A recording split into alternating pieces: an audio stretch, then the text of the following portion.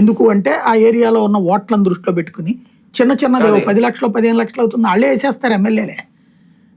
ఇప్పుడు రఘురామకృష్ణరాజు అట్లా చేయించిన బోర్డు ఉన్నాయి ప్రభుత్వం డబ్బులతో కాకుండా, అవి చేసేస్తుంటారు అట్లాంటివి. కాకపోతే అది ప్రత్యేకించి చెయ్యరు.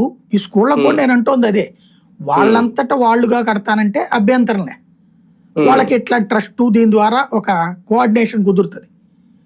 కానీ మీరు ఇస్తే మాత్రమే మేము కడతామంటే మాత్రం తప్పు.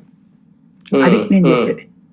కార్పొరేట్ ప్రైవేట్ స్కూళ్ళు ఎక్కడ పెడితే అక్కడ ఉన్నాయి కదా సార్, వాళ్ళ దగ్గర నుంచి కావాలంటే ఇలాంటి ఫండ్స్ వసూలు చేసి గవర్నమెంట్ స్కూల్ డెవలప్మెంట్ కి వాడచ్చు కదా ప్రభుత్వం. పెట్రోల్ మీద ఎడ్యుకేషన్ సెస్ కూడా ఉందండి, మనం కట్టే పన్నుల మీద కూడా ఎడ్యుకేషన్ సెస్ ఉంది. మనందరం డబ్బులు కడుతున్నాం, లైబ్రరీల సెస్ కూడా కడతాం మనం, తెలుసా మీకు? మరి లైబ్రరీలు యాడ్ నడుపుతున్నారు, స్కూల్ యాడ్ నడుపుతున్నారు, అమరావతి సెస్ కూడా కడుతున్నాం, మీకు తెలుసా విషయం? 2015 నుంచి అమరావతి సెస్ కడుతున్నాం మనం. పెట్రోల్ ప్రతి లీటర్ మీద 4 రూపాయలు చెప్పడానికి ఏమైనాయో తెలియవు అవన్నీ. అందుకే కదా మిగిలిన రాష్ట్రాలతో పోలిస్తే ఇక్కడే ఎక్కువ అంట పెట్రోల్ ధర. అవును, కానీ సక్సెస్ అవుద్దా సార్ ఇది? చూద్దాం, వస్తారా దాతలు? ఇప్పటికే చాలా వసూలు చేస్తున్నారు కాబట్టి కొంత తక్కువ ఉంటది.